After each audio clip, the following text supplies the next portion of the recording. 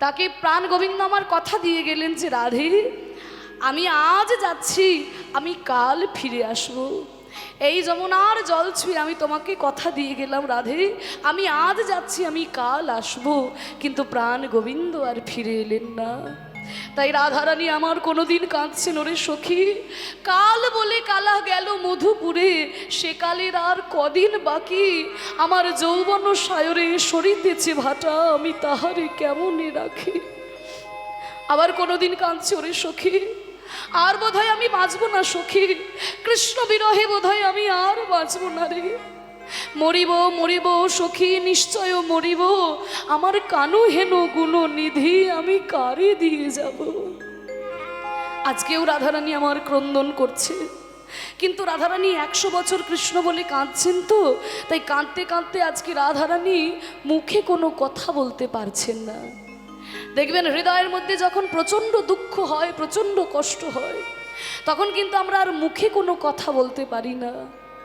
তাই রাধারানী আমার যমুনার তীরে লুটিয়ে পড়ে আছে, একটি পাথরের টুকরোকে কুড়িয়ে নিয়ে শ্রীমতী রাধারানী আমার ওই যমুনার তীরে কোমল মাটির মধ্যে কৃষ্ণের মূর্তি অঙ্কন করছেন। যমুনার তীরে কোমল মাটির মধ্যে কৃষ্ণের মূর্তি আঁকছেন রাধারানী, আর কাঁদছেন। আরে কিবা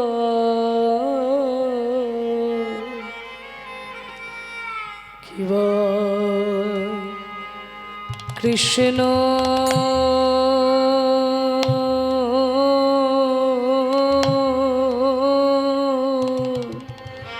কৃষ্ণ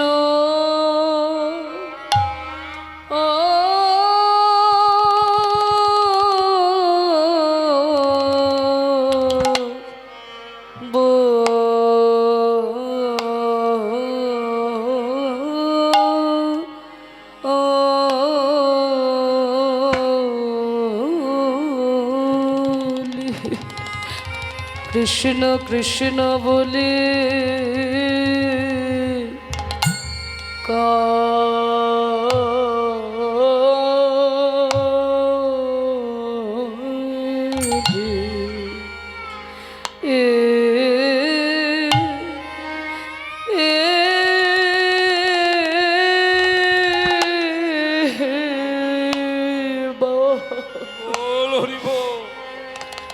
কাঁদে বাহু তুলি বলিব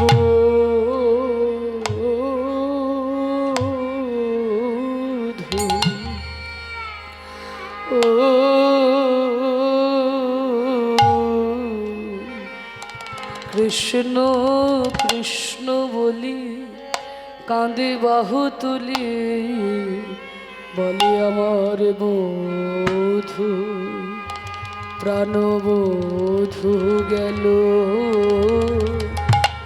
কোথা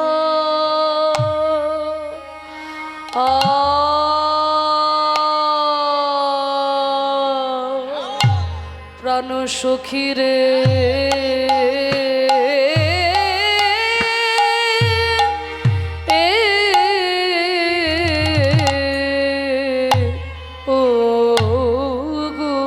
সখী কৃষ্ণ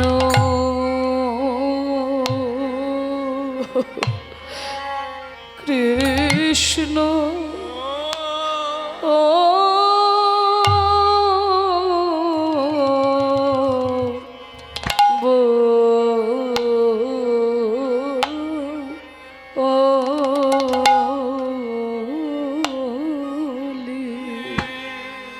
বলে বধূ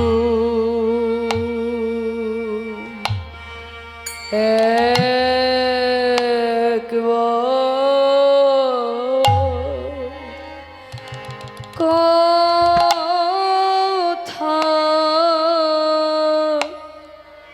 কহে বধূ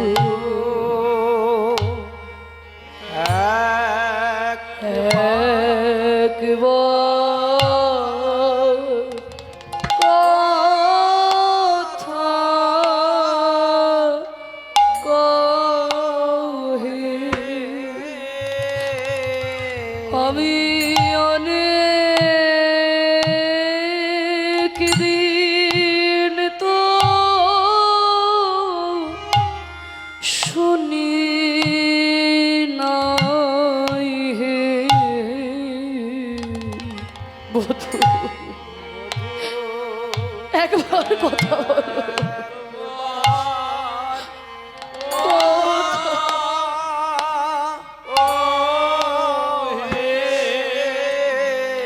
আমি অনেক দিন তো শুনি না তোমার মধু মধু মধুর স্বরে। আমি অনেক দিন তো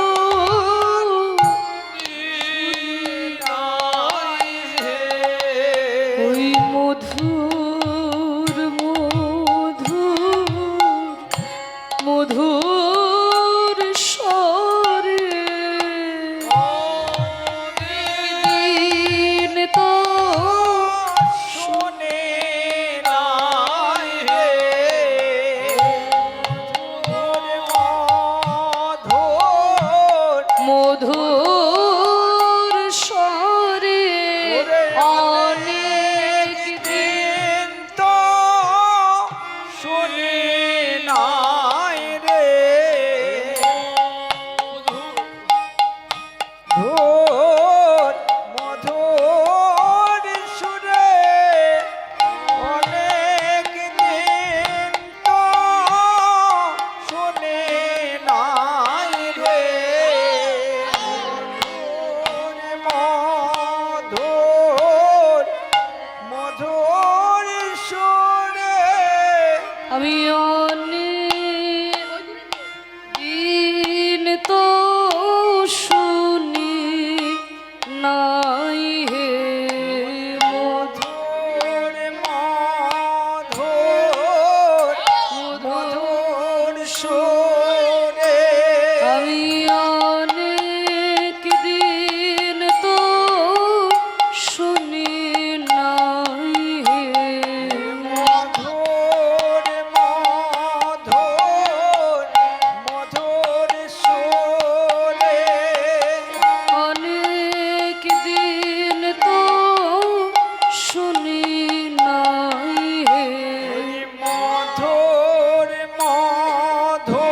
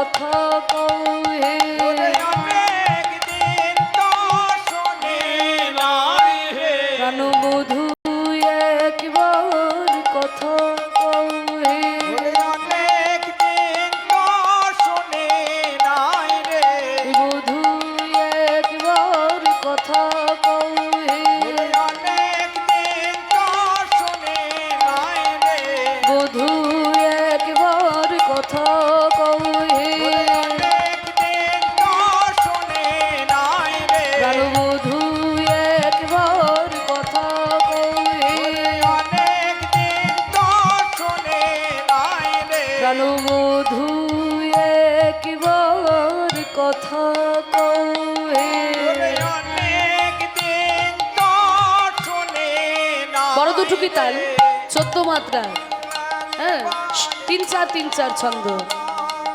আমি অনেক দিন তো শুনি নাই হে বধূ একবার কথা কও।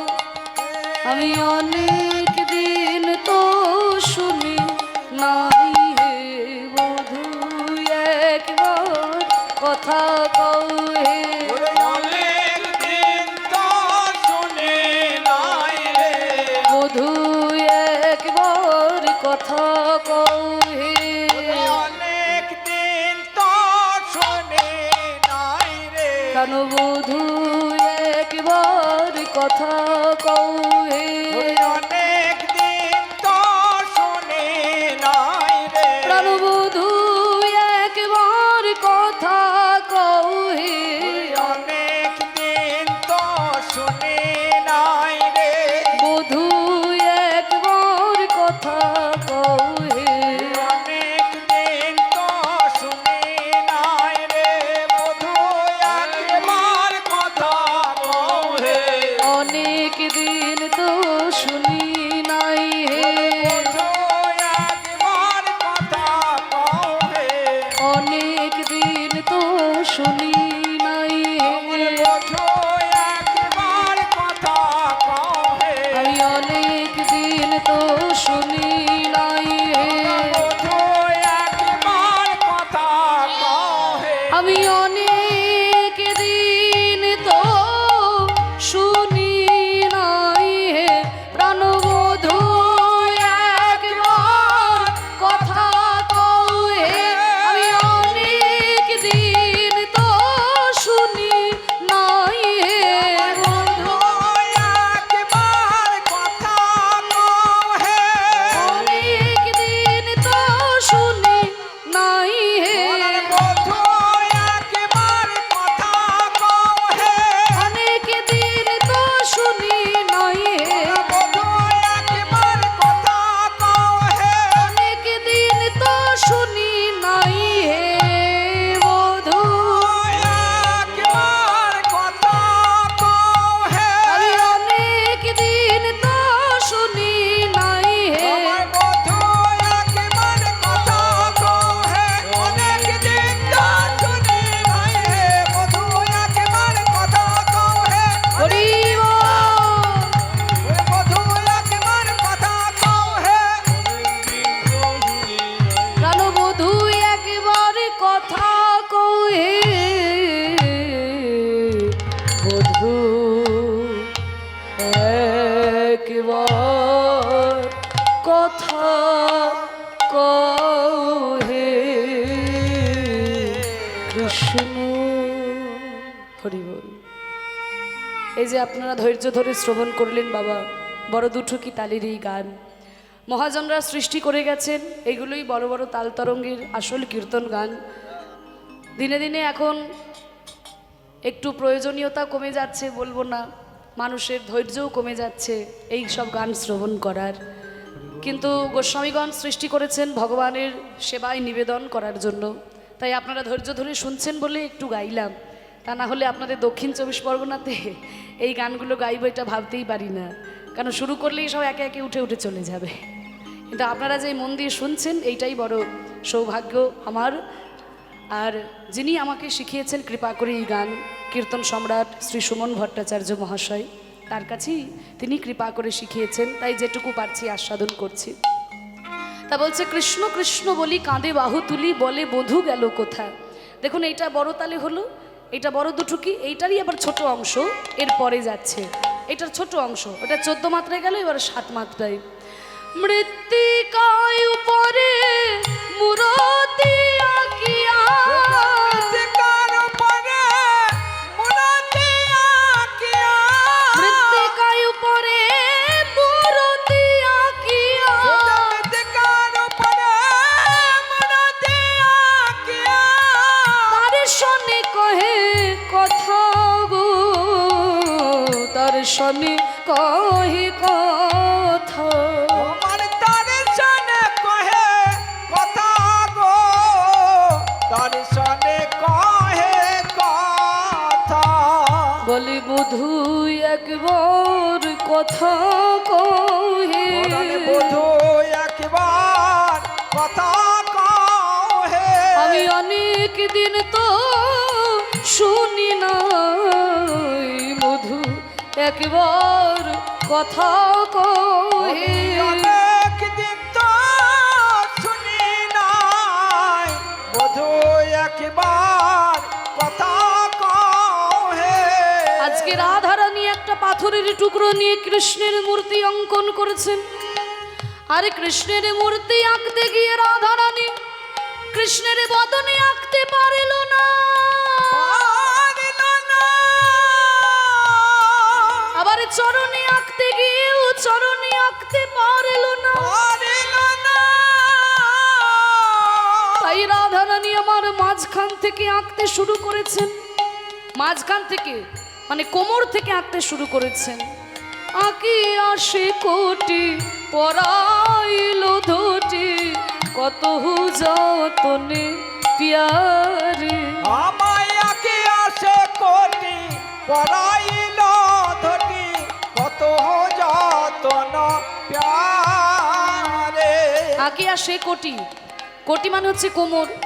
এবার রাধারানী যখন কোটি অঙ্কন করেছে মানে কোমর অঙ্কন করেছে, ললিতা শাখা এসে বলছে, হ্যাঁ রাধে তুই কি আঁকতে ভুলে গেলি না কি রাধে? ওরে রাধে তুই কৃষ্ণ বলে কেঁদে কেঁদে সব ভুলে গেলি? তুই তো রীতিমতো গুরু ধরে আঁকা শিখেছিস রাধে। ওরে আঁকতে হলে হয় চরণ থেকে আঁকতে হয়, নইলে বদন থেকে শুরু করতে হয়। এইভাবে কি কেউ মাঝখান থেকে আঁকতে শুরু করে? তুই কি আঁকতে ভুলে গেলি রাই? রাধারানী বলছে, ও ললিতায় ও বিশাখা, আমি তো আঁকতে ভুলে যাই নাই। আমি যখন কৃষ্ণের বদনে আঁকতে গেলাম, ওই চাঁদ বদনে মনে করে আমার দুই নয়ন ধারায় অঙ্গ ভেসে গেল। তাই আমি বদনে আঁকতে পারলাম না। আবার যখন চরণে আঁকতে গেলাম, মনে মনে ভাবলাম আমার বধূর চরণে ছিল, তাই বধূই আমায় ছেড়ে চলে গেল। আরে যদি আমি এই চিত্রের চরণে অঙ্কন করি, আরে চরণ পেয়েও যদি চিত্র আমায় ছেড়ে চলে যায়,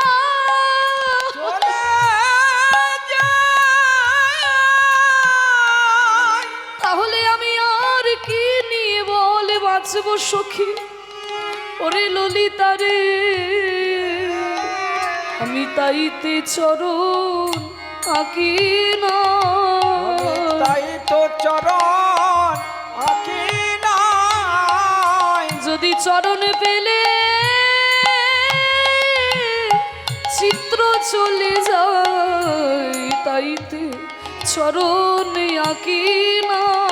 চরণ পেলে চিত্র চলে যায়। অভাগিনীর কপাল ভালো নাই রে, পেলে চিত্র চলে যায়। অভাগিনীর কপাল ভালো নাই রে। হরি বল। অভাগিনীর কপাল ভালো নাই রে, তাইতে চরণ আঁকি না। নাভি সরোবর আঁকিল তার পার, ভীষণ আমার আঁকিল তার পার। ওই নাভি সরোবর আঁকিল তার পার। ভীষণ আমার আঁকিল তার পার। কত যতন করে গো, কত যতন করে। ওরে না ভীষণ আমার আঁকিল তার পার। কত যতন করি গো, কত যতন করি। তাহলে কোমরের ওপরে নাভি এঁকেছে। এবার যখনই নাভি এঁকেছে তখন সখীরা বুঝতে পারলো, আচ্ছা তাহলে ছবিটা নিশ্চয়ই ওপরের দিকেই উঠছে। নাভি যখন এঁকেছে তার মানে ওপরের দিকেই উঠছে। এবার নাভির পরে কি অঙ্কন করলো গো? শ্যামের বাহু দুটি আঁকি, ছলো ছলো আঁকি, মুরলি দিল সেই করে। স্বামীর বাহু দুটি আঁকি চলো চলো আঁকি মুরলি দিল সে করে।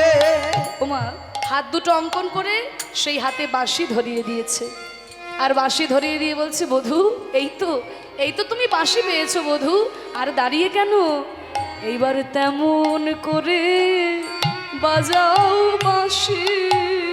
তেমন করে বাজাও বাঁশি। তুমি সেদিন যেমন বাজাইছিলে তেমন করে বাজাও বাঁশি।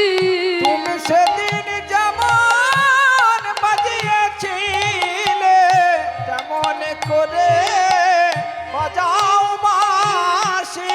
তুমি সেদিন যেমন বাজাইছিলে যে বাঁশি শুনে আমি হলাম দাসী।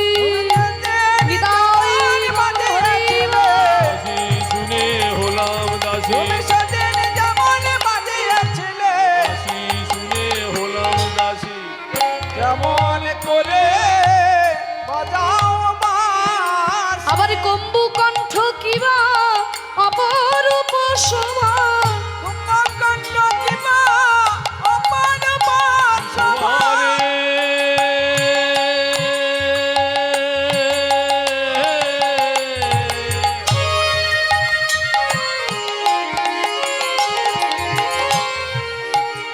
কি শোভা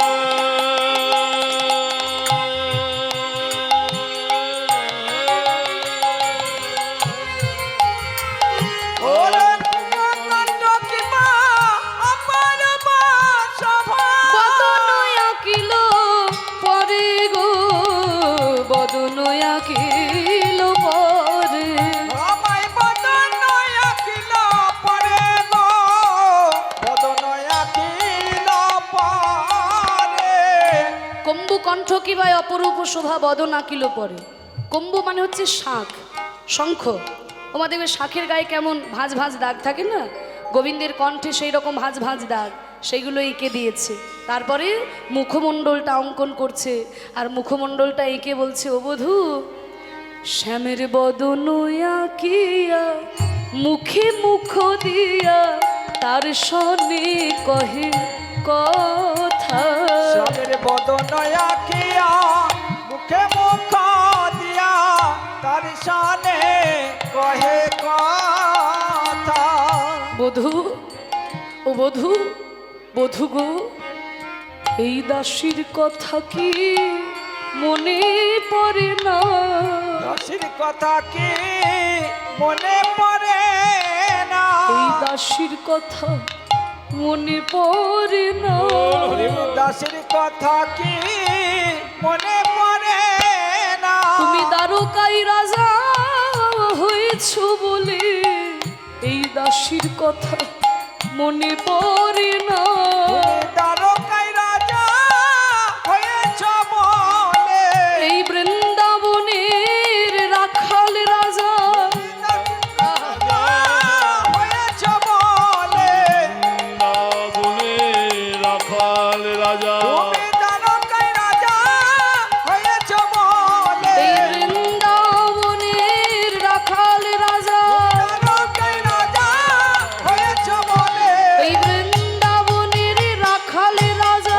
দ্বারকায় রাজা হয়েছ বলে বৃন্দাবনে রাখাল রাজা, ওই দ্বারকায় রাজা হয়েছ বলে বৃন্দাবনের রাখাল রাজা।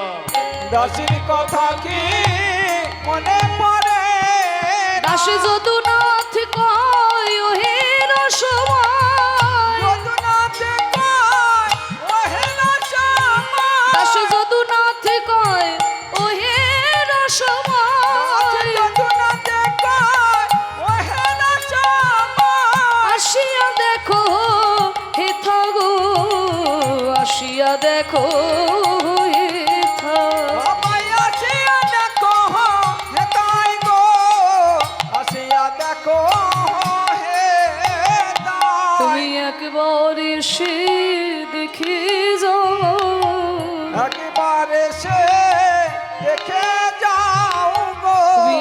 একবার এসে দেখে যাও তুমি একবার এসে দেখে যাও গো তোমার প্রেমময়ীর কি যে দশা একবার এসে দেখে যাও তোমার প্রেমময়ী কি দশা একবার এসে দেখে যাও গো তোমার প্রেমময়ীর কি যে দশা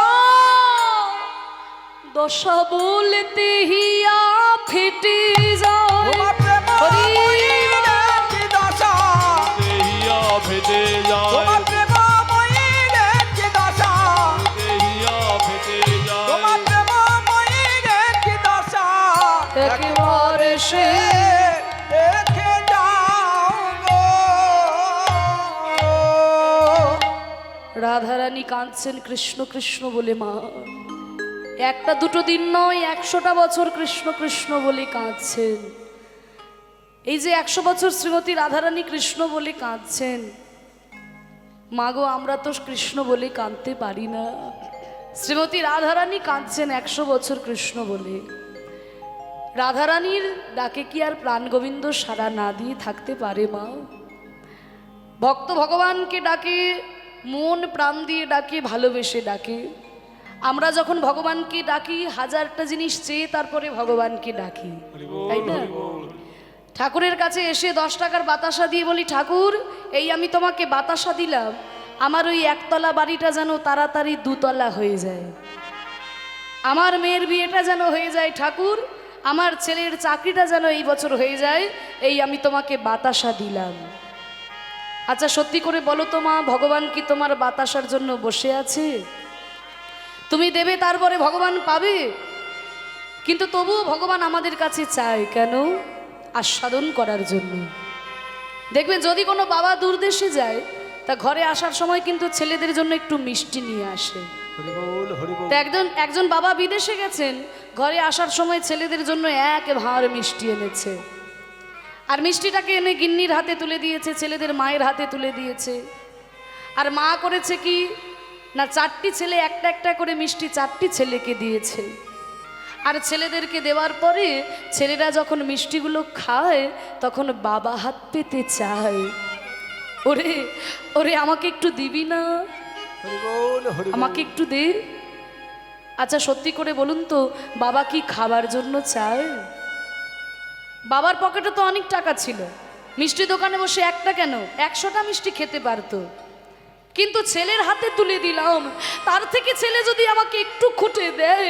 বাবার কত আনন্দ হয় তাহলে 4টা ছেলের মধ্যে একটা ছেলে করে কি না বাবাকে একটু নখে করে খুঁটে দেয় এই দেখো বাবা তোমায় দিলাম আর ওইটুকু মিষ্টি খেয়ে বাবার আনন্দে প্রাণটা ভরে যায় আহা ওই মিষ্টির এত স্বাদ আমার আগে তো জানা ছিল না হরিবোল হরিবোল আবার কোনো ছেলে করে কি না মিষ্টিটাকে অর্ধেক অর্ধেক করে ভেঙে বাবাকে দেয় বাবা তুমি খাও আবার কোনো ছেলে গোটা মিষ্টিটাই বাবার মুখে গুজে দেয় বাবা তুমি খাও আরো অনেক মিষ্টি আছে আমি পরে খাবো বাবা তুমি খাও আবার কোনো ছেলে করে কি না মিষ্টিটাকে মাটিতে ছুঁড়ে ফেলে দেয় তবু বাবাকে দিতে মন হয় না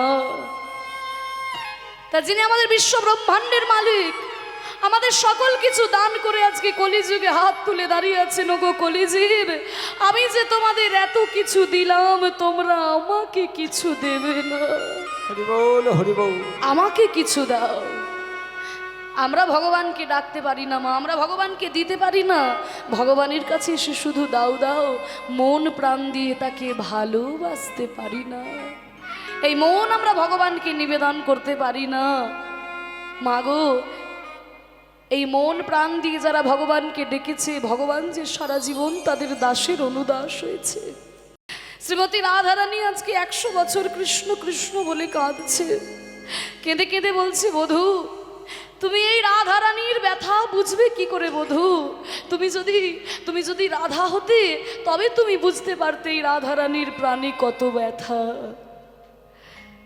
তোরে বানাইয়া রাই বিনোদিনী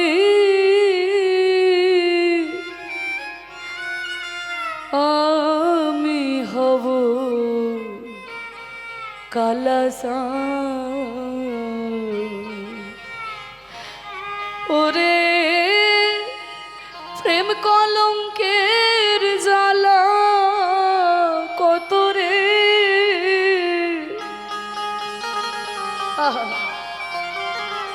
হায় রে প্রেম কলঙ্কের জ্বালা কত রে হায় রে করব আমি তার প্রমাণ হায় রে করব আমি তার প্রমাণ তোরে বানাইয়া রাই বিনোদিনী আমি হব কালাসা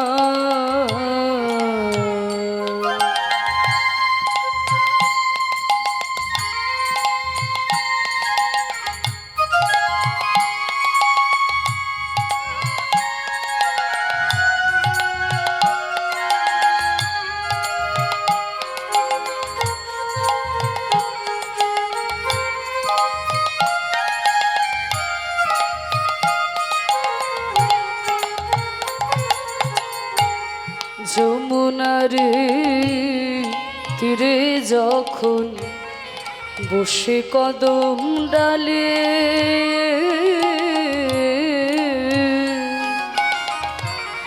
বাজাইব বাঁশের বাঁশে রাধা রাধা বলে যমুনার তীরে যখন বসে কদম ডালে